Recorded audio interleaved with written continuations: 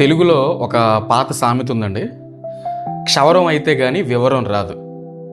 ఆ మాటకు అర్థం ఏంటంటే, నష్టపోయిన తర్వాత కానీ బుద్ధి రాదు. కొంతమందికి వారి జీవితాల్లో నష్టపోయిన తర్వాత కానీ బుద్ధి రాదు.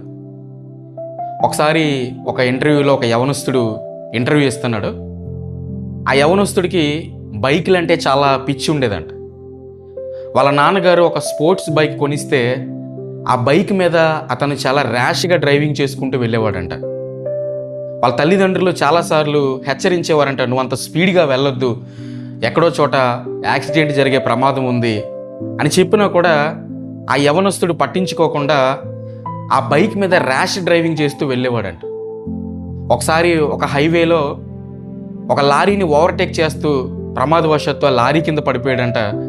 అయితే ఆ లారీ ఆ రెండు కాళ్ళ మీద నుంచి వెళ్ళిపోవడంతో అతని రెండు కాళ్ళు, యవ్వన కాలంలోనే అతని రెండు కాళ్ళు తీసేయాల్సి వచ్చింది.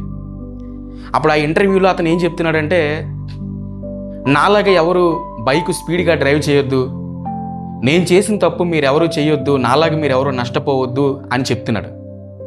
చూడండి, యవనస్తుడికి ఎప్పుడు బుద్ధి వచ్చిందంటే, అతన్ని హెచ్చరిస్తున్నప్పుడు బుద్ధి రాలేదు. రెండు కాళ్ళు పోగొట్టుకున్న తర్వాత, నష్టపోయిన తర్వాత అప్పుడు బుద్ధి వచ్చింది. అంటే క్షవరం అయితేనే కానీ వివరం రాలేదు. సో ఇలాంటి వ్యక్తుల్ని మన ఇంట్లో కావచ్చు, మన బంధువుల్లో కావచ్చు, మన స్నేహితుల్లో కావచ్చు, ఈ సొసైటీలో ఎక్కడో చోట ఇలాంటి వారిని మనం చూస్తూనే ఉంటాం. అలాగే బైబిల్లో నుంచి కూడా ఇలాంటి ముగ్గురు వ్యక్తులు ఉన్నారు. వీళ్ళ గురించి నేను మీకు జ్ఞాపకం చేస్తాను. అందులో మొట్టమొదటి వ్యక్తి, పాత నిబంధన గ్రంథంలో నయోమి, ఎలీమెలకు అనే ఇద్దరు భార్యాభర్తలు ఉండేవారు. వీళ్ళిద్దరూ కూడా యూదా బెత్లెహేము ప్రాంతంలో నివాసం ఉంటూ తండ్రి అయిన యెహోవా దేవుణ్ణి ఆరాధిస్తూ ఉండేవారు. వీళ్ళిద్దరికీ ఇద్దరు మగపిల్లలు కూడా ఉన్నారు. ఈ బెత్లెహేము ప్రాంతంలో కరువు వచ్చినప్పుడు ఈ భార్యాభర్తలు ఇద్దరు ఆలోచించుకుని మోయాబు దేశానికి వీళ్ళు ఫ్యామిలీతో సహా షిఫ్ట్ అయిపోయారు.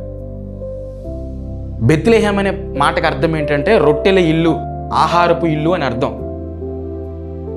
ఈ మోయాబు దేశంలో దేవుణ్ణి కాకుండా, యెహోవా దేవుణ్ణి కాకుండా ఇతర దేవుళ్ళని, దేవతల్ని ఆరాధించే ప్రజలు ఉంటారు.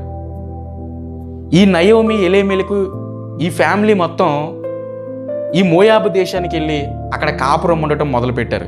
వాస్తవానికి బైబిల్ ప్రకారం, ధర్మశాస్త్రం ప్రకారం ఇశ్రాయేలీలు అన్ని జనులతో కలిసి జీవించకూడదు, వారు ప్రత్యేకంగా జీవించాలి.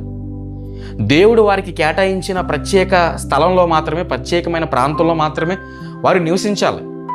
కానీ వీళ్ళు ధర్మశాస్త్రానికి వ్యతిరేకంగా మోయాబు దేశానికి వెళ్ళి అన్ని జనులతో కలిసి నివసించడం మొదలుపెట్టారు. ఆ తర్వాత వాళ్ళిద్దరు కుమారులకి మోయాబు దేశంలో నుండి కోడళ్ళని తెచ్చుకున్నారు. ధర్మశాస్త్రం ప్రకారం ఇశ్రాయేలీలు అన్ని జనులతో వియ్యం అందకూడదు, అన్ని జనులను వివాహం చేసుకోకూడదు. కానీ వీరు దేవుని మాటను లెక్క చేయకుండా, ధర్మశాస్త్రాన్ని లెక్క చేయకుండా మోయాబు దేశంలో నుండి కోడలను తెచ్చుకున్నారు. అయితే జరిగింది ఏంటంటే, మొట్టమొదట ఈ ఎలీమెలెకు అనే వ్యక్తి చనిపోయాడు. అతను చనిపోయిన 10 సంవత్సరాలకి ఈ నయోమి యొక్క ఇద్దరు కుమారులు కూడా చనిపోయారు. ఆ తర్వాత ఈ నయోమి మరలా తన సొంత ప్రాంతమైన బెత్లెహేముకి మరలా తిరిగి ప్రయాణమైంది. చూడండి, ఈవిడికి నష్టపోయిన తర్వాత కానీ బుద్ధి రాలేదు. ఇవిడేమనుకుందంటే, కొన్ని రోజులు కనుక నేను ఇక్కడే ఉండుంటే నా సమాధి కూడా మోయాబు దేశంలోనే కట్టేస్తారని అనుకుంది. అందుకే ఆవిడ మరలా తన బెత్లెహేముకి ప్రయాణమే వెళ్ళిపోయింది. అంటే ఈవిడికి క్షవరం అయిపోయిన తర్వాత కానీ ఈవిడికి వివరం రాలేదు.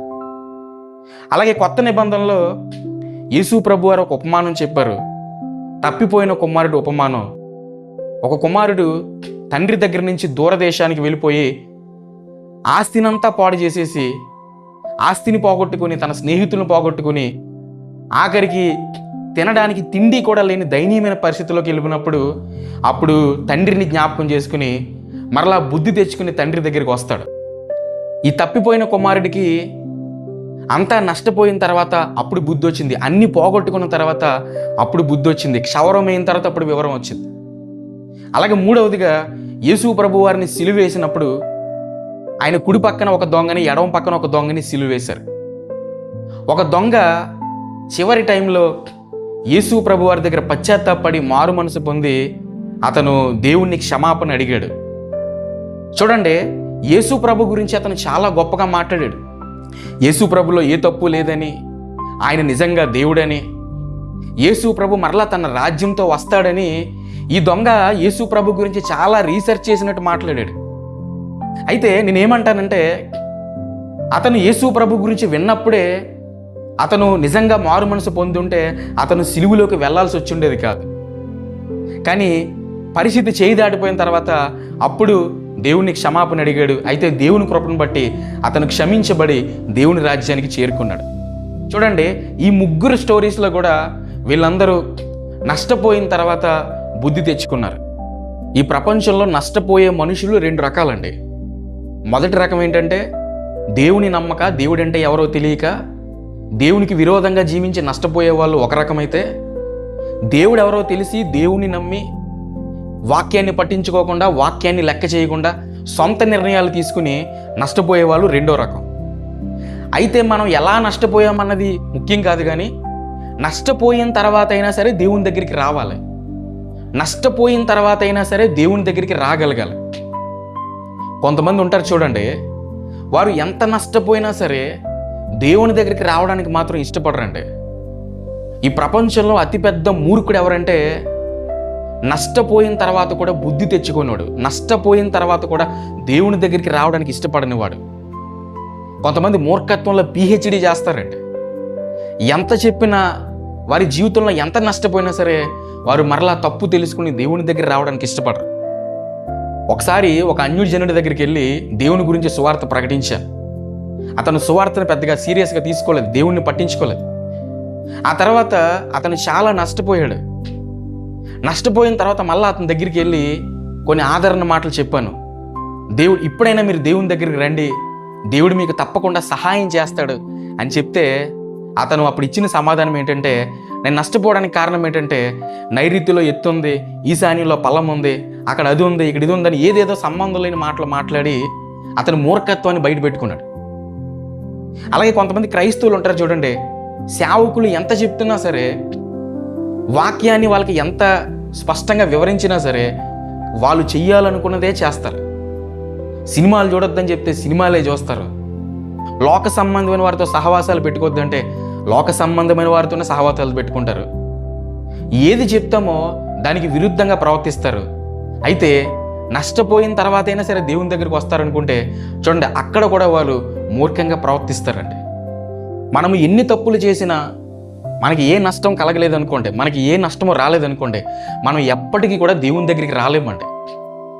కానీ ఎప్పుడైతే మనం తప్పు చేసినప్పుడు నష్టపోతామో, దేవునికి విరోధంగా వెళ్ళినప్పుడు మనం నష్టపోతామో, అప్పుడు మనం చేసే పని గురించి ఒకసారి మనం ఆలోచించుకునే అవకాశం ఉంటుంది.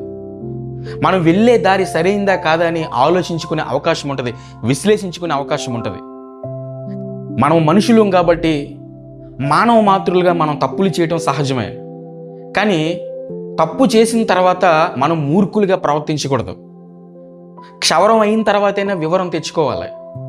మనం నష్టపోయిన తర్వాతన్నా బుద్ధి తెచ్చుకుని, తప్పు తెలుసుకుని మనం దేవుని దగ్గరికి వచ్చి క్షమాపణ చెప్తే దేవుడు మనల్ని క్షమించి మరలా మన గతాన్ని సరిచేస్తాడు, మన ప్రస్తుతాన్ని దేవుడు సరిచేస్తాడు. మన భవిష్యత్తుకి కూడా దేవుడు ఒక నిరీక్షణను, శుభప్రదమైన నిరీక్షణ దేవుడు మనకి అనుగ్రహిస్తాడు.